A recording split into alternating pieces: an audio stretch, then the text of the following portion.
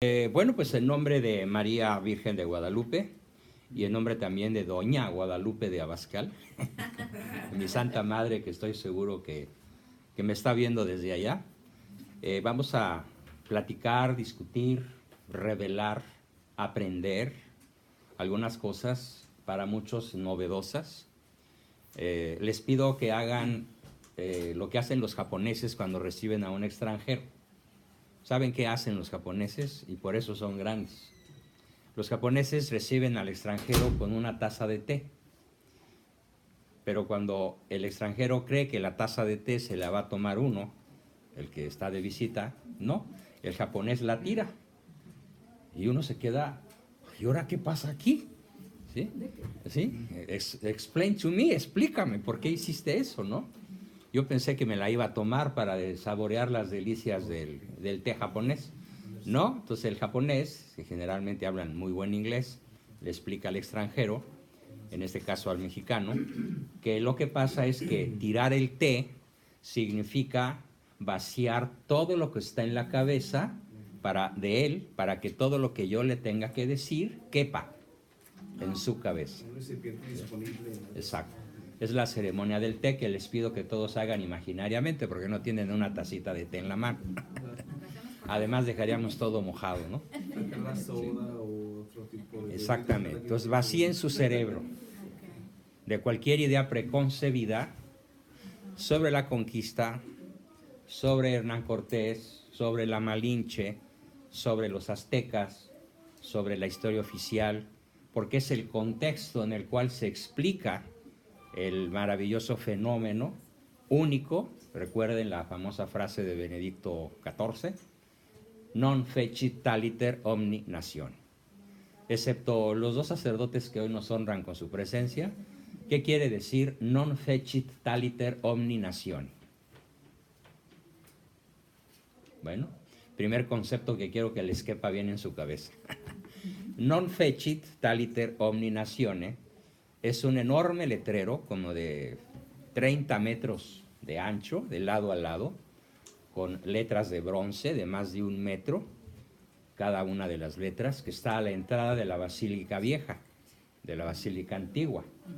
Y es un letrero en latín, que cuando el Papa referido supo en detalle todo lo relacionado con el milagro de Guadalupe, milagro de las rosas, exclamó: non fecit taliter omni natione, que significa y no hizo cosa igual con ninguna otra nación. No lo hizo en Fátima, no lo hizo en Lourdes, lo hizo en México. No voy a dármelas de profeta respecto de qué significado pueda tener eso en el futuro.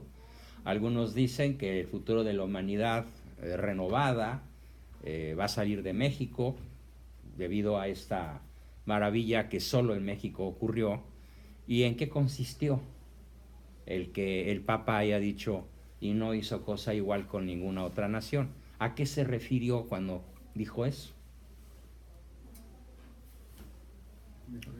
A ver, ¿a qué se refirió? En otras, como Lourdes y todo eso, tenemos conocimiento de la Virgen. Y se ha hecho imágenes con referencia a ella. Con México plasmó su imagen. Lo que no había hecho en ningún otro lado, dejó una evidencia. Pues te quedaste corto. Te quedaste corto. A ver. Es la única nación de nuestra Virgen se quedó y está ahí. En ningún otro país se aparece, pero ahí ella se quedó. Correcto, muy bien. Excelente respuesta.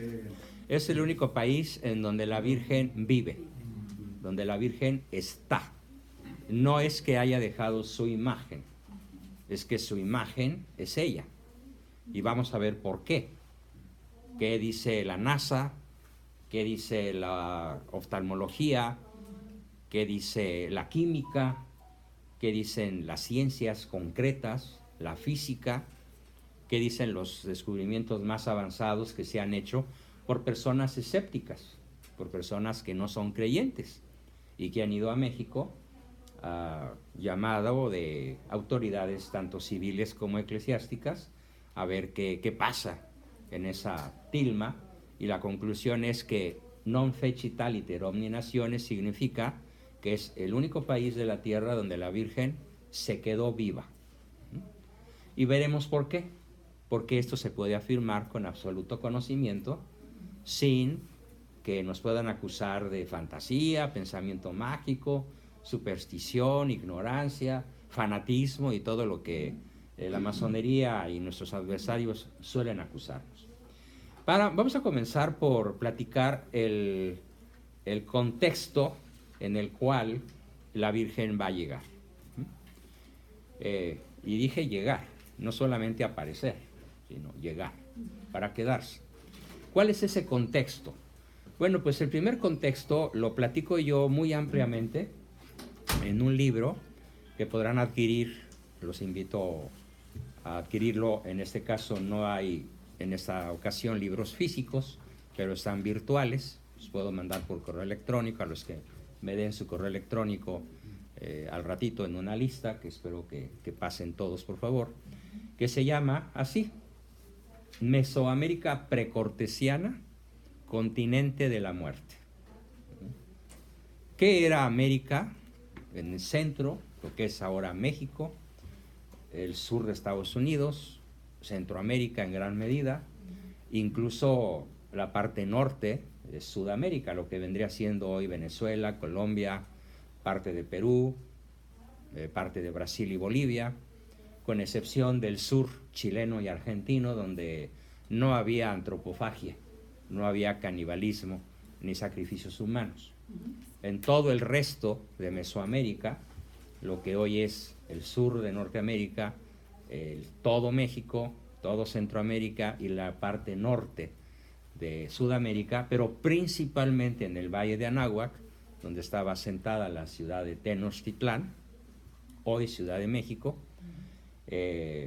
la práctica fundamental de las naciones indígenas, lideradas, sojuzgadas, sometidas de una manera muy cruel por la tribu azteca, era el canibalismo.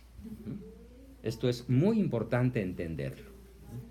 ¿Qué era lo que creían los aztecas?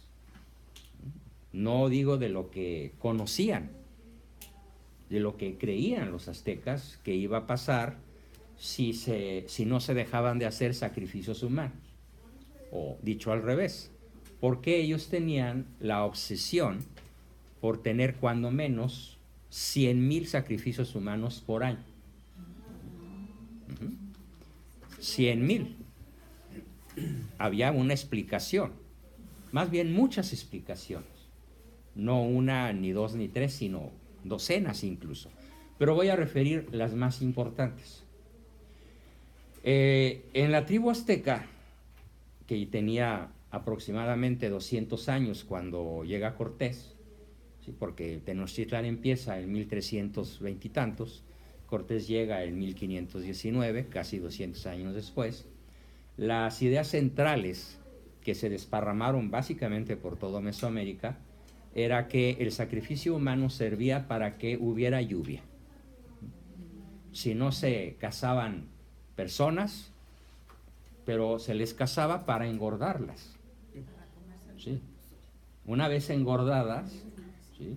Pues ya cebaditas, las sacrificaban abriéndoles el corazón con un cuchillo del pecho, le sacaban el corazón sangrante, lo ofrecían al dios Huitzilopochtli, como le llamaron los españoles, su nombre original Huitzilopochtli. Ahora pueden entender por qué yo al presidente le llamo Pejelopochtli, ¿sí? Porque él sigue ofreciendo sacrificios humanos, ahora no en un altar, pero sí en el vientre de las madres. Porque hoy podemos decir que al igual que en la época de la conquista, el sitio más inseguro para un bebé nonato es el vientre de su madre. Y contando, por cientos de miles al año, los inocentes que están muriendo a ciencia y paciencia del nuevo Pejelopochtli, ¿no? Bueno, me regreso 500 años para atrás. Entonces, para que hubiera cosechas, para que las mujeres fueran fértiles, para que la tierra diera sus frutos, pero sobre todo para que no se cayera el universo. O sea, el equilibrio astronómico, el equilibrio cósmico del planeta entero y de la creación entera, dependía de que el dios Huitzilopochtli estuviera contento con el suficiente número de sacrificios. Entonces no había un límite. No era ya agarramos a 20, ya matamos a 1000, ya logramos 100,000. No había un límite. Era siempre una costumbre que duró 200 años. Y por supuesto que no solamente cazaban personas de tribus circunvecinas, olmecas, chichimecas, zapotecas, mixtecas y otros muchas tecas, sino que entre ellos también se sacrificaban, mataban niños pequeños, jovencitas, guerreros, dizque para apropiarse de su espíritu. Entre ellos también se practicaba el canibalismo, el asesinato y el sacrificio, porque había que mantener el equilibrio de la creación. Algunos autores dicen que los aztecas sufrían una especie de ignorancia invencible, inocente. Yo no comparto esa tesis. Como historiador, yo sostengo la tesis contraria, que el azteca no es más que una persona, es un ser humano. Y hay una cosa de la que nos dotó Dios a todos los seres humanos. Y esta cosa que nos dotó Dios a todos los seres humanos es lo que se llama sindéresis. Y la sindéresis es la facultad intelectual que nos permite, que nos impide escapar del juicio de la propia conciencia. Fíjense qué concepto tan hermoso. La sindéresis es algo que habita en nosotros.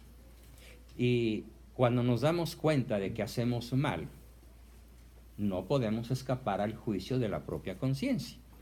Una persona normal, saludable, humilde, realista, dice, hice mal, ya sea que lo haya hecho con dolo o sin él, ¿sí? En el primer caso es un pecado, en el segundo caso es un error.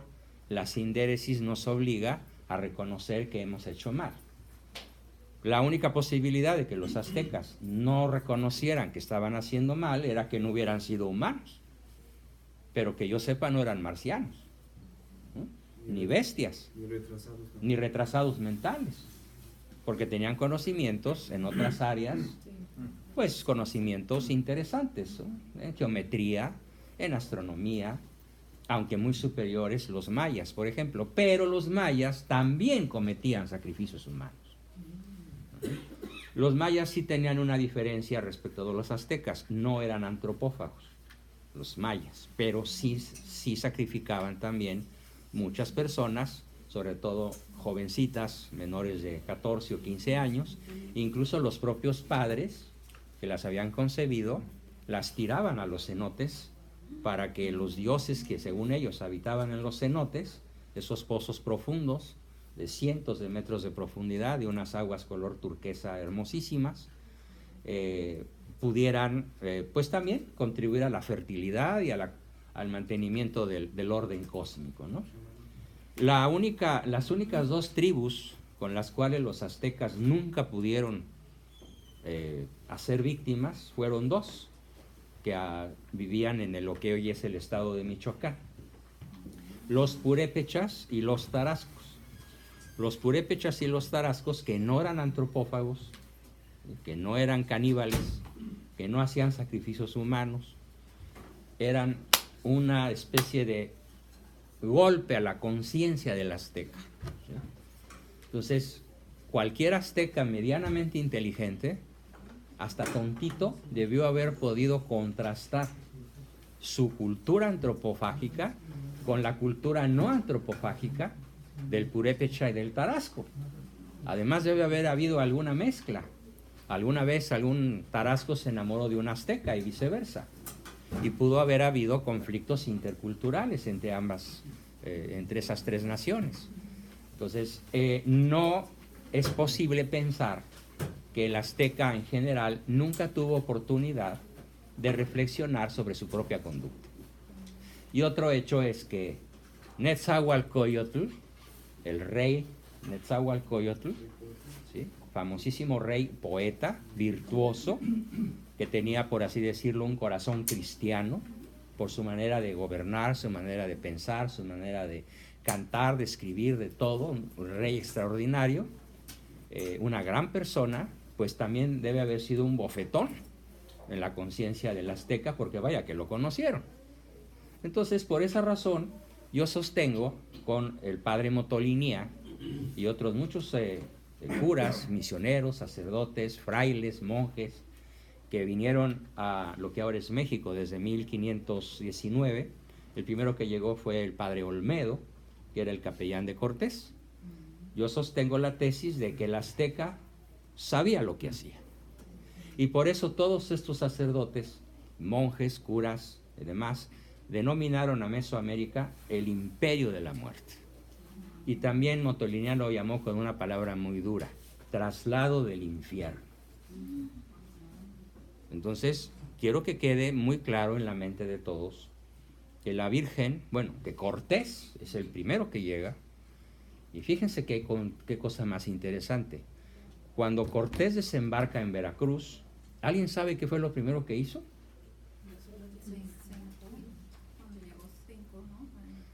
No, te quedas cortísima. Ojalá. No. Lo primero que hizo Cortés fue celebrar la primer misa.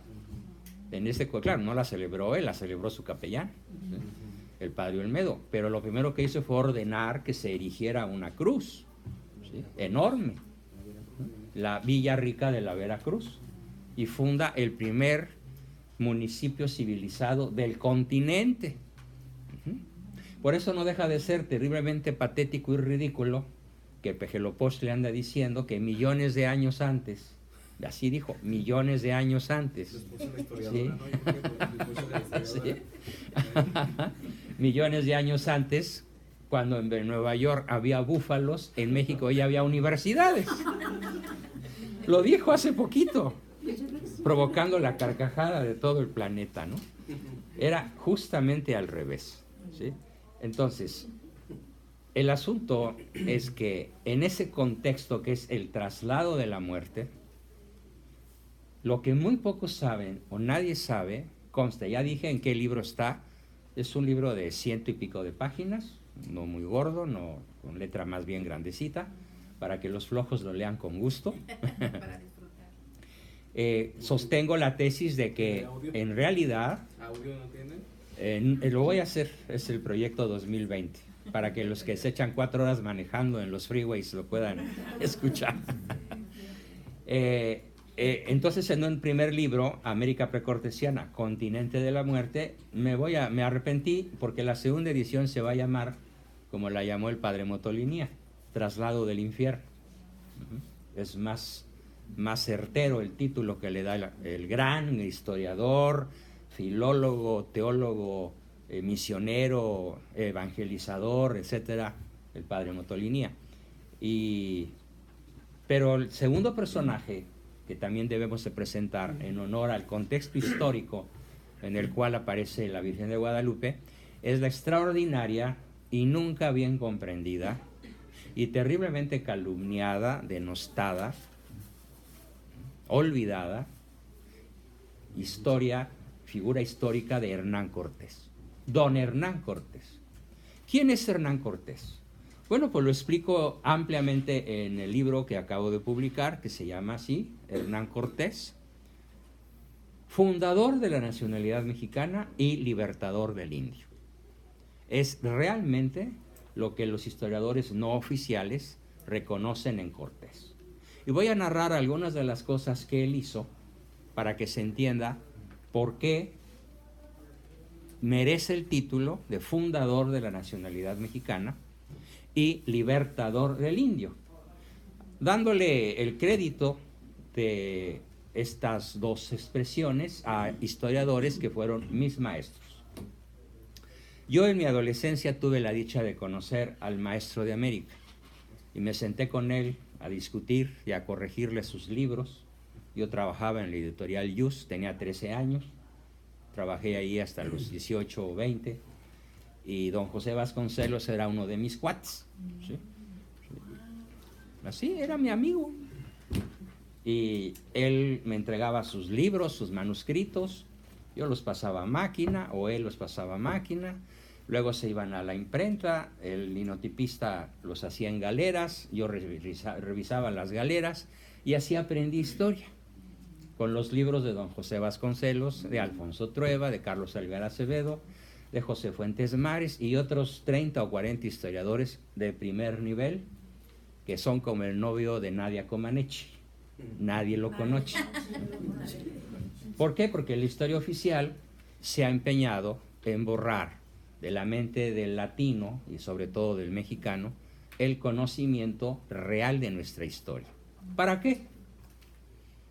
Pues para poner como gobernantes a los que ellos decidan, a los que manejan el planeta, que es una pandilla que se llama sionismo, que tienen una herramienta formidablemente bien armada que se llama masonería y que tiene 7 frentes de dominación: la banca, el ejército, el gobierno mundial, el narcotráfico, las universidades, los medios de comunicación, etcétera. Pues dominan la tierra preparándole el advenimiento al anticristo. Para eso es para lo que tienen 6,000 años dirigiendo la historia, casi 6,000 años. Bueno, pues entonces Cortés, a quien yo conozco muy niño, 9, 10, 13 años, ese lapso, no es un Cortés al que hoy se le haga justicia. Incluso en uno de los canales mexicanos más famosos, TV Azteca, está empezando a pasar una serie que se llama Cortés, y que está muy bien documentada desde el punto de vista de datos eruditos, pero que procuran darle en la torre al personaje. Procuran ridiculizarlo, procuran exaltar los errores que ciertamente cometió, como cualquier humano los comete. Dicen por ahí que un santo peca 7 veces al día, pues imagínense cualquiera de nosotros, ¿no? Entonces, en realidad, la figura de Cortés, a quien yo conozco desde mi niñez, y la conozco por los mejores historiadores no oficiales que hayan nacido en el mundo, porque no solamente son mexicanos, también son europeos, ¿no? También son norteamericanos. Uno de los historiadores norteamericanos más extraordinarios es el que escribió un librazo que se llama México, Tierra de Volcanes. Es Monseñor Schlarman, es un canadiense, un canónigo canadiense, Monseñor Schlarman, que escribe uno de los mejores libros que se han escrito sobre la historia de México. Es más, los mejores documentos sobre la historia de México no están en México, están en la Universidad de Austin, Texas, y en la Biblioteca Nacional de Washington, en donde mi papá y yo fuimos muchas veces a fotocopiar cuando todavía no se podía hacer en México, a sacar documentación y para saber realmente lo que había pasado, ¿sí? Porque ahí están los mejores documentos sobre nuestra verdadera historia. Bueno, pues Cortés, para que se entienda por qué es el primero que merece el título de libertador del indio, lo primero que él hace, cuando le regalan 20 hermosas muchachas para que las hagan sus esclavas, ¿sí?, él las convierte en las concubinas o esposas de él y de sus compañeros del ejército. Del ejército, bueno, llamémosle ejército a 300 soldaditos, ¿no? ¿Sí? No eran más de 300. Al mismo tiempo que eso ocurría en México, ¿qué ocurría en la región norteamericana? Con los algonquinos, los cherokees, los navajos, los sioux y todos los que hoy están refundidos en casinos, poniéndose hasta atrás y jugando y dedicados al vicio y a la extinción de su raza. Pues aquí lo que ocurría, no aquí porque es California, lo que ocurría en las regiones nórdicas del continente era el famoso lema inglés: el mejor indio es el indio muerto. Y en México, ¿qué ocurría a la par? La mejor India es la India mía. Y papas, y aquí estamos. Celulares, por favor. Entonces, la cuestión es que Cortés establece lo que ya había establecido miles de años atrás, muchos años atrás, lo que ya había establecido un extraordinario estadista que fue Alejandro Magno. Alejandro Magno, cuando llegaba a una población enemiga, no la aniquilaba, mezclaba a sus soldados con las mujeres solteras y jóvenes de esa población, fusionaba razas, creaba naciones. Y eso fue lo mismo que hizo Cortés, ¿sí? Creó una nueva nacionalidad con toda la intención, ¿sí? Y así lo hice, él lo escribe en sus cartas de relación a los reyes de España. De aquí nacerá una nueva raza, ¿sí? Una nueva nación, ¿sí? La raza cósmica del maestro Vasconcelos, el librazo que yo leía a los 13 años, ¿sí? Te lo podría platicar completo. Entonces, esa raza cósmica es obra y gracia de Cortés en el lecho de la Malinche, en la camita de la muchacha hermosa de 20 años, y además era políglota, hablaba 3 idiomas, el español lo aprendió como en 15 días, ¿sí? Sí, a una velocidad asombrosa, aprende la lengua castellana, y hablando 4 idiomas, es la gran estratega de Cortés. Bueno, primer hecho. Hay otros muchos, pero me voy al siguiente. El siguiente hecho acontece en Tlaxcala, en la actual Tlaxcala. Es uno de los estados más pequeños y más céntricos de la República Mexicana. Al llegar a una población, encuentran una gran cantidad de indígenas tlaxcaltecas encerrados en jaulas, pero en jaulas de ixtle, ¿sí? O sea,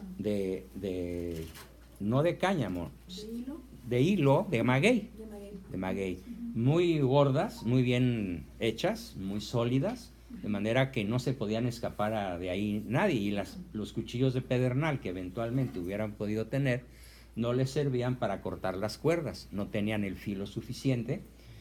Y Cortés preguntó a la Malinche, ¿y qué hacen estos señores ahí encerrados? Y la Malinche le explica en español, le dice, lo que pasa es que los tienen en engorda para comérselos después de sacrificarlos. Cortés monta en cólera y ordena a sus 300 soldados que, espada en mano, liberen a miles de prisioneros. ¿Sí? Estaban tan aterrorizados los tlaxcaltecas prisioneros que cuando salen de sus jaulas no hallaban qué hacer. Se les repegaban a los soldados españoles como gatitos mojados y apaleados, así como miau, ¿no? ¿Qué hago ahora, no? Y los españoles, pues váyanse, huyan, corran, váyanse a sus familias, a sus chozas. No, se negaban a moverse. Estaban aterrados, como el elefante que crece amarrado, ¿sí? Y que cuando ya no tiene más que un hilito, sigue ahí sin poderse mover, ¿no? Entonces Cortés habla con los caciques tlaxcaltecas, les explica a través de la Malinche, que dominaba la lengua de los 100 liberados y sus jefes, les explica quién es el verdadero Dios. La primera acción de Cortés en el pueblo de Tlaxcala es explicarles que ellos no tienen que morir como ofrenda a Huitzilopochtli, sino que es al revés, que Dios, que Cristo ya murió por ellos, para que ellos no tengan que morir. Y en masa los tlaxcaltecas se convierten y piden el bautismo al padre Olmedo, ¿sí? Y no solo eso, en masa 200,000 guerreros tlaxcaltecas se pasan al ejército de Cortés. No solo le ayudan a fabricar los 13 bergantines, los 13 barcos de guerra, con los cuales Cortés toma Tenochtitlan, sitiando por el lago de Texcoco a la gran capital, que estaba en medio de una laguna enorme. Fueron los tlaxcaltecas los que entraron a Tenochtitlan un 13 de agosto de 1521 y acabaron con los aztecas. Cortés ordenó a sus oficiales y a sus soldados que detuvieran la avalancha de tlaxcaltecas enfurecidos, imagínense, 200 años de esclavitud, de ser tratados como ganado para engorda. Pedían suplicaban que no cobraran venganza, que ellos no habían llegado a vengar a nadie, sino a darles libertad. No los pudieron detener. Entonces, la degollina que se armó en la entrada de Tlaxcala a Tenochtitlan fue legendaria. No fueron los españoles los que mataron a los aztecas, fueron los tlaxcaltecas en venganza por 200 años de esclavitud. ¿Sí? La leyenda negra dice que los españoles llegaron y asesinaron y exterminaron y mataron a millones de pobres indígenas, y que nos robaron el oro, nos robaron la plata, nos robaron las riquezas, etcétera, etcétera, etcétera. Nada más falso que lo que suelen platicar desde la primaria hasta las universidades. ¿Sí? En síntesis, la salvaje tribu azteca, con las creencias propias de su subcultura caníbal y mágica primitiva, se resistía a la evangelización liberadora iniciada por Hernán Cortés desde los primeros instantes de su desembarco. Ese es el contexto histórico. Una tercera hazaña de Cortés para que se entienda por qué. Muchos historiadores consideran a Cortés mitad monje y mitad soldado. Cuando él llega a Tenochtitlan, visita, invitado por Moctezuma, visita el Templo Mayor, el Gran Teocalli, y queda asombrado de lo que ve, asombrado pero con náuseas. ¿Qué es lo que ve Cortés? En el templo del Gran Teocalli, que era el templo principal, que dominaba el Valle de Anáhuac, donde se celebraba la mayor cantidad de sacrificios humanos. Nada más les voy a dar un dato. Los soldados de Cortés en el Zompantli, Zompantli quiere decir calaverario, donde se juntan las calaveras, contaron 200,000 calaveras en las semanas que estuvieron ahí de guardia. 200,000 calaveras colocadas en varas, les pasaban por aquí y les salía por el otro lado, juntas, ¿sí? Y en muchas vigas colocadas, el famoso Zompantli. Todavía hay un Zompantli en la Ciudad de México debajo de Catedral. Si alguna vez van a la Ciudad de México, pidan entrar por atrás al Zompantli que está debajo de la Catedral para que vean las calaveras. Ya nada más hay como 100, pero llegaron a ser 200,000. Entonces lo primero que hace Cortés, con una furia tremenda, es preguntar, ¿y esto qué es? Y empezó a quitar tecatas de sangre coagulada. Decía que su espada entraba en la tecata de sangre y se hundía totalmente en la costra de sangre, de más de 1 metro, ¿sí? Acumulado de cientos de miles de sacrificios humanos. Entonces él no se contenta con limpiar el lugar, ordena que lo limpien, que lo encalen, ¿sí? Sino que derriba al ídolo principal. Y los guerreros aztecas le dicen, esto te va a costar la vida. Y entonces es cuando todo el pueblo azteca, al ver a sus ídolos derribados, caídos hasta abajo, 100 metros abajo, se enfurecen, se juntan, atacan a Cortés y lo hacen huir en la famosa batalla de la Noche Triste. Le reducen sus tropas a unos cuantos, casi es devorado, casi es tomado prisionero. ¿Y qué fue lo que le costó la derrota a Cortés de la Noche Triste? Haber derribado los ídolos aztecas. Y hablándoles de Cristo. Él quería poner ahí una cruz. Él quería poner ahí, como lo había hecho ya en Yucatán y lo había hecho ya en Veracruz, imágenes de la Virgen. En esos momentos los indígenas de las regiones de Yucatán y de Veracruz ya le cantaban loas a la Virgen, en español. Mientras que los aztecas procuraron acabar con los españoles esa noche, pero por designios de la providencia, Cortés y la Malinche salvaron el pellejo junto con otros 200 o 300 soldados, se rehicieron y unos días después fueron rodeados, totalmente rodeados por 500,000 de aztecas.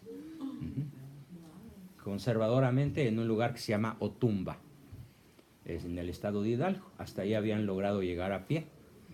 Bueno, entonces cuando están rodeados, la Malinche le dice a Cortés, no te preocupes, no nos quieren matar, nos quieren tomar prisioneros. y llevarnos a engordar y a sacrificar. Entonces, militarmente tenemos una ventaja. Nosotros sí podemos disparar a matar con los arcabuces y con lo que podamos. Ellos no nos van a tratar de matar, nos van a tratar de agarrar vivos, ¿sí? Y eso le da una ventaja competitiva al pequeño ejército de Cortés, que empieza a avanzar en medio de aquella mole de adversarios, y de pronto Cortés ve a lo lejos un Tlatoani, le pregunta a la Malinche, ¿y ese señor quién es? Y le dice la Malinche, si tú logras matar en combate a esa persona, el 500,000 se va a ir corriendo. ¿Sí? ¿Y qué hago para lograr eso? Pues está a 1 kilómetro de distancia y hay 200,000 adversarios de aquí a allá. Toma tus 8 caballos, entra en medio de las filas enemigas, no te van a matar, te quieren agarrar, no te dejes, ¿sí? Va a ser muy difícil que te puedan pescar. Llega al gran Tlatoani, ejecútalo. Lo hace Cortés con 8 caballeros, con lanza y espada y escudo. Imagínense 8 personas abriéndose paso a caballo en una multitud de cientos de miles, ¿sí? Llega hasta donde está el caballero que tiene el pendón indígena, lo traspasa con su lanza y la media millonada de indígenas caníbales desaparece. Se fueron corriendo, ¿sí? Es la gran victoria de Otumba.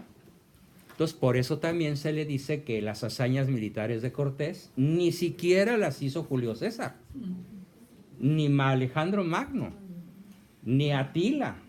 O sea, no se considera en toda la historia universal una batalla ganada por 8 personas contra cientos de miles, ¿sí?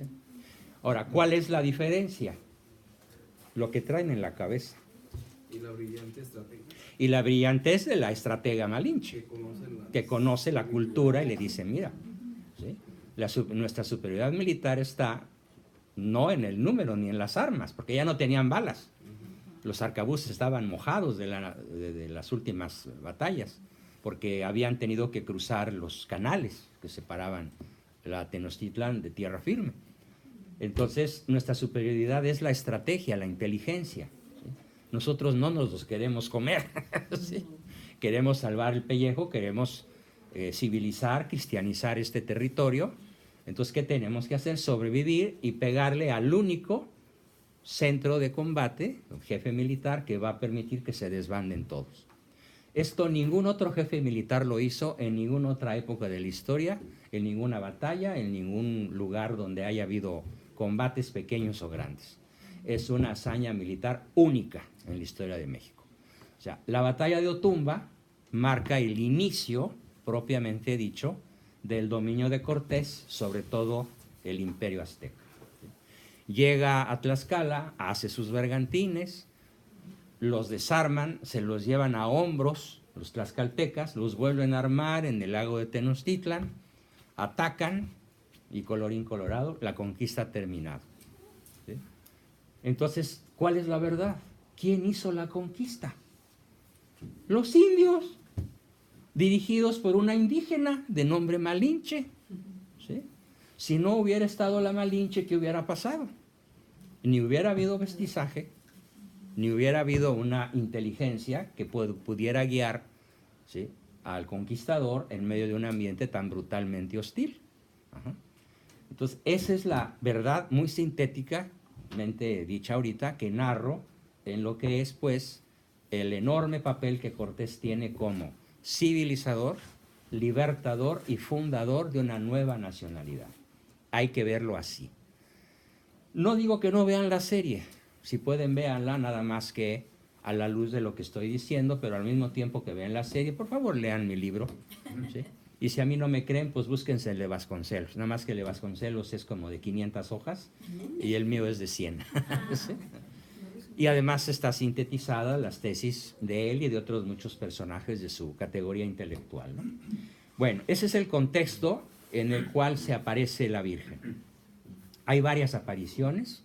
¿Alguien recuerda? Pregunto, ¿cuántas fueron? 4. Muy bien, 4 apariciones, ¿sí?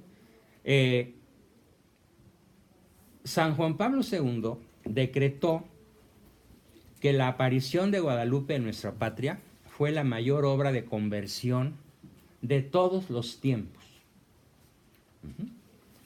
Fue la mayor obra de conversión, fue una inculturación perfecta.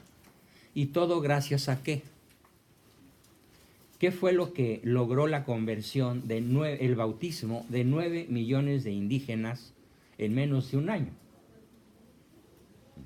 ¿Cómo es posible que 9 millones de indígenas, aztecas principalmente, se bauticen voluntariamente sin tener que arrearlos ni obligarlos? ¿Sí? Hay una famosa chica, muy guapa ella, muy enemiga del comunismo, pero muy amiga del aborto y de la ideología de género, que se llama Gloria Álvarez, centroamericana.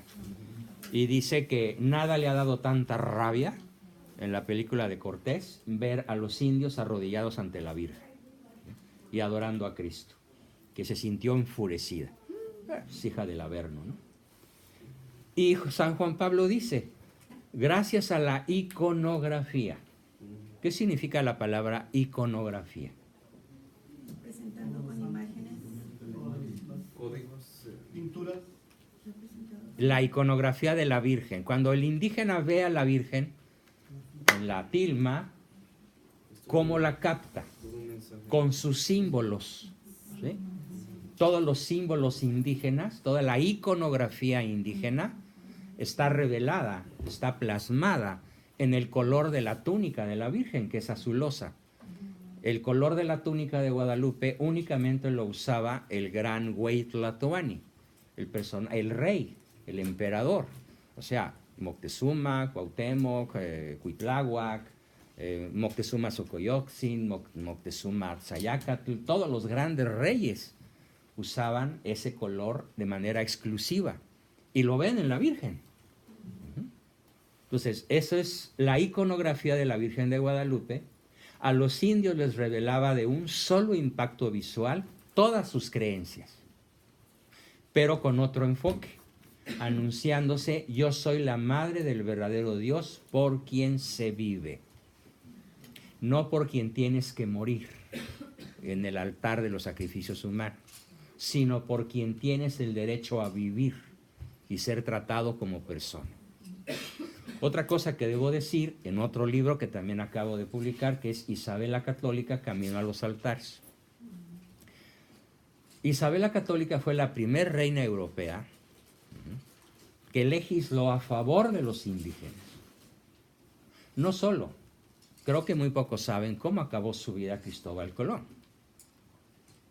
Cristóbal Colón, sí, la maravilla de las 3 carabelas y la llegada a Guananí, hoy Santo Domingo y todo lo que quieras, pero Cristóbal Colón abusó de los indígenas de la isla conquistada por él, que hoy se llama República Dominicana, juntito a Haití, y fue acusado por frailes. Y una vez acusado por frailes, fue encadenado en una nave española y llevado a las cortes europeas y murió encadenado. Murió encarcelado. El gran descubridor, don Cristóbal Colón, tuvo que vivir en carne propia la justicia española, que no le toleró que hubiera hechos esclavos a los indígenas. Cortés ya lo sabía, por supuesto, entonces pues paró oreja. ¿Sí? A mí no me va a pasar lo mismo. Entonces él se apresuró a escribirles a los reyes: yo voy a ejecutar las voluntades y los mandatos de la ilustre reina doña Isabel de Castilla, y voy a considerar que cada indígena es un ser humano que tiene derecho a la dignidad, a la patria, a la tierra, a la familia, a derechos humanos como cualquier español. Entonces, las leyes de Indias fueron las primeras leyes que protegieron a los indígenas, mientras que en Norteamérica durante 300 años se dedicaron a cazarlos. Y eso es lo que mexicanos no nos dicen. Los mismos que acusan a España de ser una nación genocida fueron los genocidas. Dime de qué presumes y te diré de qué careces. ¿Sí? Entonces, todos los escritores masones de origen anglo, sobre todo europeos y también algunos norteamericanos, son los que verdaderamente tratan de tapar el enorme genocidio que sí se hizo con las tribus norteamericanas, al mismo tiempo que mienten y nos ocultan que en realidad Cortés protegió los derechos indígenas con leyes y ejército toda su vida. Esto es un hecho absolutamente necesario que todos lo contemplen, ¿sí?